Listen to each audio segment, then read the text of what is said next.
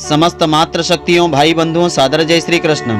भाद्रपद मास शुक्ल पक्ष की परिवर्तिनी या जल झूलनी एकादशी का व्रत जो भी स्त्री पुरुष श्रद्धा के साथ करते हैं और इस दिन भगवान विष्णु जी के वामन अवतार की जो श्रद्धा पूर्वक पूजा अर्चना करते हैं और इस एकादशी की व्रत कथा को श्रद्धा पूर्वक श्रवण करते हैं, उन्हें वाजपेय यज्ञ का फल प्राप्त होता है।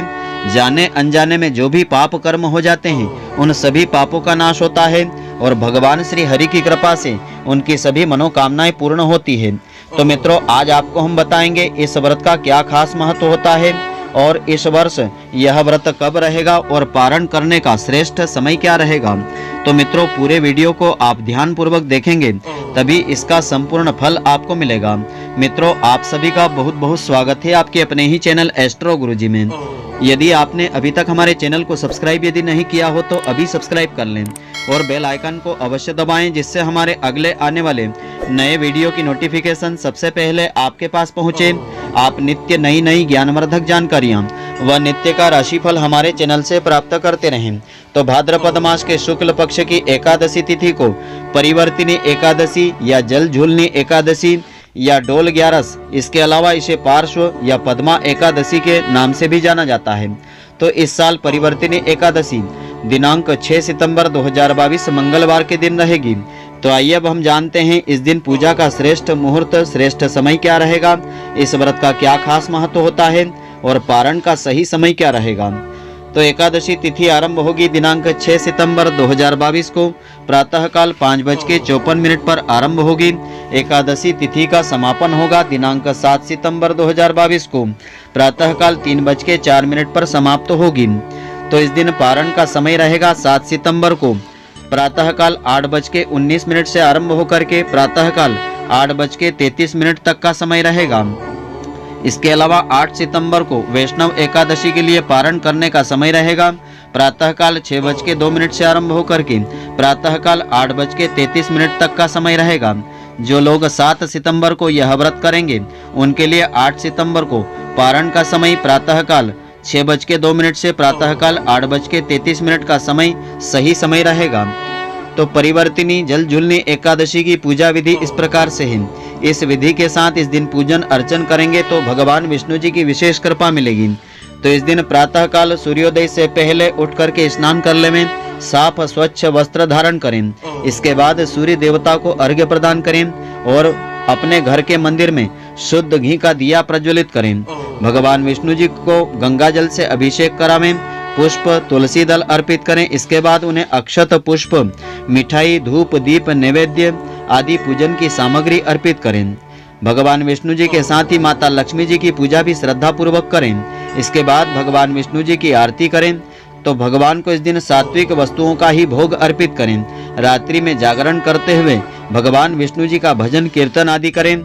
इस दिन आप चाहें तो विष्णु सहस्त्र नाम का पाठ कर सकते हैं या भगवत गीता का पाठ कर सकते हैं या ओम नमो भगवते वासुदेवाय इस द्वादशाक्षरी महामंत्र का यथाशक्ति जाप कर सकते हैं।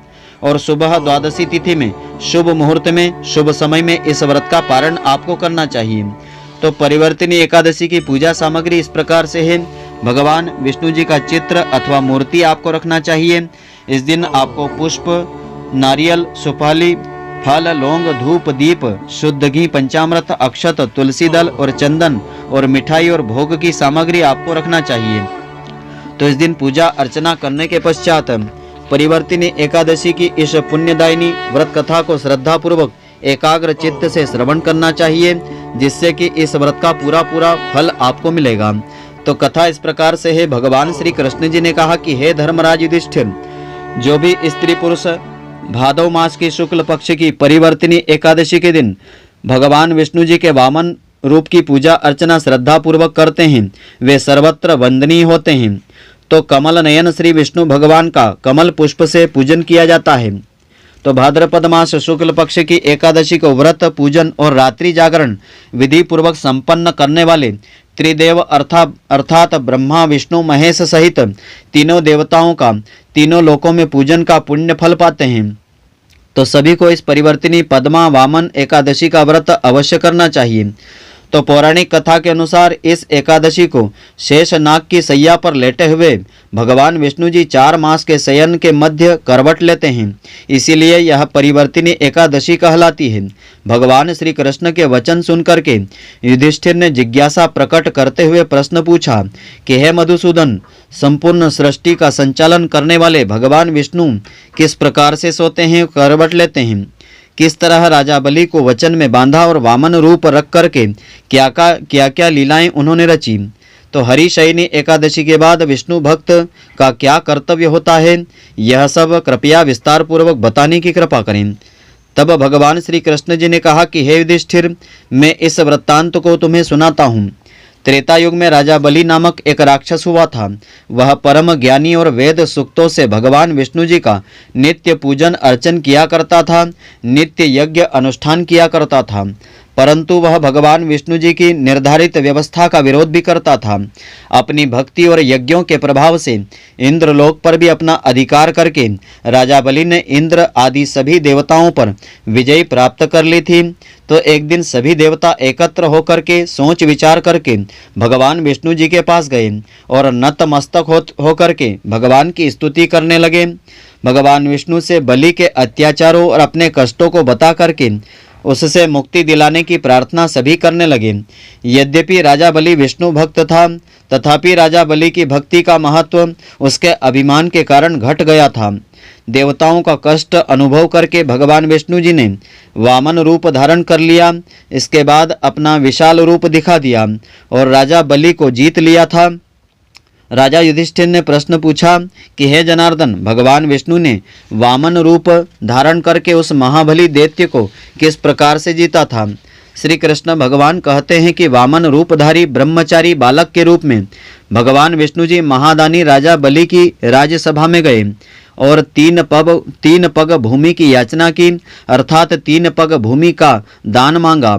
महादानी होने का अभिमान रखने वाले राजा बलि ने इस याचना को तुच्छ यानी छोटी सी मान करके 3 पग भूमि का संकल्प कर दिया और अपने त्रिविक्रम रूप को बढ़ा करके विष्णु ने भूलोक में पद, भुवलोक में जंघा, स्वर्गलोक में कमर, महरलोक में उदर, जनलोक में हृदय, यमलोक में कंठ, सत्यलोक में मुख कर दिया।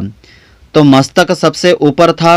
विष्णु जी द्वारा स्थापित इस विशाल रूप को देख करके सूर्य, चंद्रमा, इंद्र आदि देवता देव सूक्तों के द्वारा उनकी प्रार्थना करने लगे। तब राजा बलि से वामन भगवान ने कहा कि हे राजन, एक पग से पृथ्वी, दूसरे पग से स्वर्गलोक पूर्ण हो गए हैं।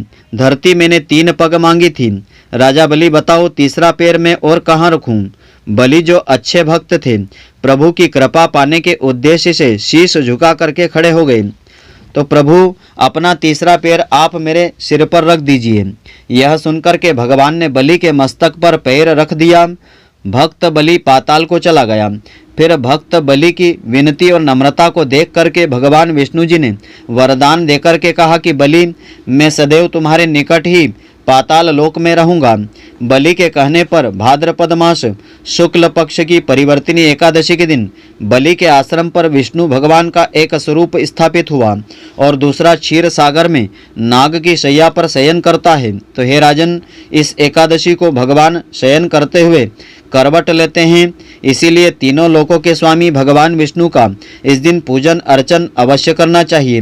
तांबा, चांदी, चावल और दही का दान अपनी शक्ति के अनुसार, सामर्थ्य के अनुसार दान अवश्य करना चाहिए।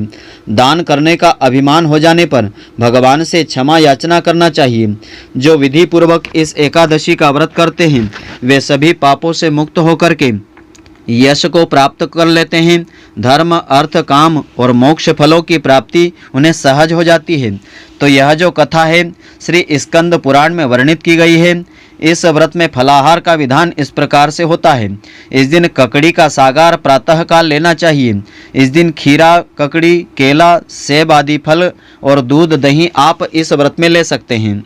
तो धर्म ग्रंथों में इस व्रत का विशेष महत्व बताया है। परिवर्तिनी एकादशी के दिन व्रत करके भगवान विष्णु जी की पूजा करने से वाजपेय यज्ञ का फल सहज ही प्राप्त हो जाता है। इस तिथि का महत्व बहुत अधिक बताया है।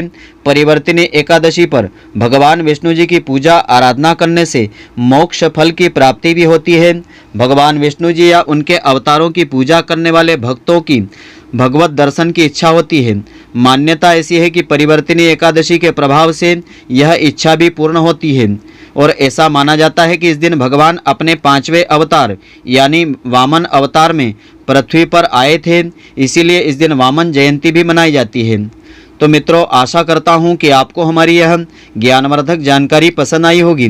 यदि आपको पसंद आई हो तो आप हमारे वीडियो को लाइक व अधिक से अधिक शेयर अवश्य करें, जिससे अधिक भक्तजन इसका लाभ प्राप्त करते रहें और इसका पुण्य फल आपको भी मिलता रहे। जय श्री कृष्ण मित्रों, फिर मिलेंगे।